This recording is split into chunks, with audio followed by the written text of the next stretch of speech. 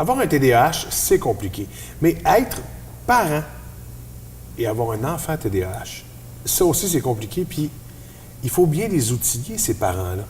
Tout à fait, Philippe. Les habiletés parentales, c'est un ingrédient essentiel à une bonne relation parent-enfant. Okay. C'est sûr que c'est important d'outiller les parents. 3 mots essentiels, fermeté, constance et cohérence. Ça, on se trompe jamais quand on est comme ça. Donc, d'avoir toujours les mêmes approches, les mêmes interventions, les mêmes routines, les mêmes conséquences, avoir une équipe parentale qui est forte. On ne peut pas se tromper, l'enfant n'aura pas de mauvaise surprise, il va savoir qu'est-ce qui va se passer s'il y a tel ou tel comportement. Oui, parce qu'on s'entend que de la discipline puis un encadrement, c'est important pour un enfant. Tout à fait. Même qu'il y ait un TDAH ou pas, c'est important. Mais ça l'est encore plus quand ton enfant a un TDAH. Oui. Parce qu'on le sait, les difficultés d'organisation, les difficultés d'attention, les routines, ça devient vraiment un outil important à mettre en place à la maison parce que l'enfant finit par apprendre de ces routines-là et ça va être beaucoup plus facile de se mettre en action puis de répondre aux consignes quand le parent va demander à l'enfant, par exemple, on est le matin, il faut se lever, il faut s'habiller, il faut déjeuner, brosser nos dents, faire le sac à dos, puis on part à l'école. Si tous les matins de la semaine sont pareils, bien, l'enfant va acquérir des compétences, puis ça va être plus facile d'avoir une dynamique familiale saine, équilibrée, puis plus harmonieuse. Tout ça, Philippe, on appelle ça des stratégies psychoéducatives. Okay. Moi, ce que je veux que les parents se rappellent, c'est qu'il faut être patient. Parce qu'on le sait, quand on a un comportement qui est plus difficile chez un enfant, normalement, ça prend 2 à 3 semaines de fermeté, de constance et de cohérence pour modifier le comportement. Chez un enfant TDAH, des fois, ça peut être un petit peu plus long. Ça peut prendre jusqu'à 6 semaines parfois pour que l'enfant puisse faire l'apprentissage de la nouvelle routine, puis qu'on élimine un petit peu plus le comportement qui était difficile. Donc, patience. Patience, c'est le mot-clé. Oui. Puis moi, s'il y a une affaire que je veux dire aux parents, c'est une consigne à la fois.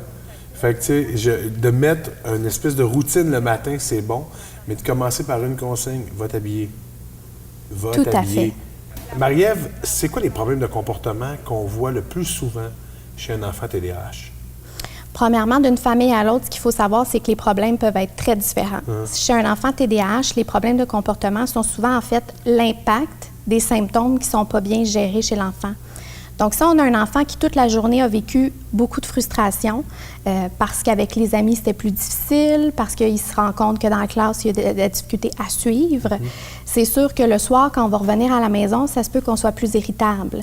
C'est la même chose dans nos relations sociales. Si moi, je suis maladroit, j'ai pas de frein social, je comprends pas les conventions sociales, j'ai vécu un conflit avec un ami aujourd'hui que je sais même pas pourquoi on s'est chicané, bien à ce moment-là, bien, l'enfant va avoir plus tendance des fois à se mettre en retrait ou encore à être plus agressif avec ses frères, ses sœurs, ses amis dans la cour d'école. Puis c'est des choses qu'il faut rester alerte parce que ça veut dire que l'enfant, on a besoin de l'outiller à gérer ses émotions, à mieux se contrôler, à gérer ses comportements pour qu'il arrive à finalement vivre des succès dans ses relations sociales.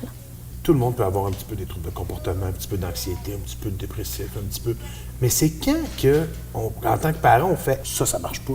Comme parent, quand il faut s'inquiéter, c'est quand on remarque chez notre enfant, finalement, qu'on a une atteinte de l'estime de soi. On a moins confiance en lui pour toutes les raisons qu'on a nommées un peu plus tôt, hein? Difficultés relationnelles, difficultés d'apprentissage. Donc, à ce moment-là, il faut rester alerte à ça. Si vous êtes parent et vous avez des inquiétudes, que vous posez des questions, Marie-Ève, aujourd'hui, avec Internet, il y a une possibilité d'aller chercher de l'information sur le TDAH partout. De mon côté, moi, je suis porte-parole de Panda. Mais ici même, à Sainte-Justine, vous avez une équipe de la mort sur le TDAH qui est extraordinaire. Fait que je pense qu'ici aussi, on peut trouver beaucoup de réponses à toutes nos inquiétudes par rapport à notre enfant ou à nous-mêmes. Je suis d'accord avec toi. Il y a moyen d'aller chercher multiples informations, même qu'on pourrait s'y perdre. Oui. Donc, il faut faire attention. Il faut aller chercher des ressources qui sont vraiment plus spécialisées pour aller bien s'informer. Une fois qu'on est informé, mais que ça ne répond pas à toutes nos questions, puis qu'on est un parent qui reste avec des inquiétudes, que ce soit avec les difficultés d'inattention, l'hyperactivité, l'impulsivité qu'on remarque chez notre enfant, ou encore des problématiques comportementales, c'est important d'aller chercher de l'aide. Donc, à qui on s'adresse? On peut s'adresser à notre pédiatre, à notre médecin de famille. souvent, l'inquiétude ne vient pas juste des parents. On a l'équipe école aussi qui peut rencontrer les parents puis nommer des observations qu'ils ont fait en classe. Donc, le travail en partenariat avec l'équipe école, c'est essentiel, c'est un incontournable. Pour le parent qui vit des difficultés à la maison, c'est jamais facile. Donc, il faut aussi se rappeler que le réseau plus proche, on pense aux grands-parents, aux oncles, aux tantes, peuvent être disponibles pour des fois donner un peu de répit aux parents. Parce qu'on le sait, un parent qui est bien reposé est beaucoup plus disponible pour accompagner son enfant dans la gestion de ses défis au quotidien. Donc, tourner ça à la blague quand il y a des choses qui se sont moins bien passées, avoir du temps de qualité avec son enfant, être bienveillant, chaleureux.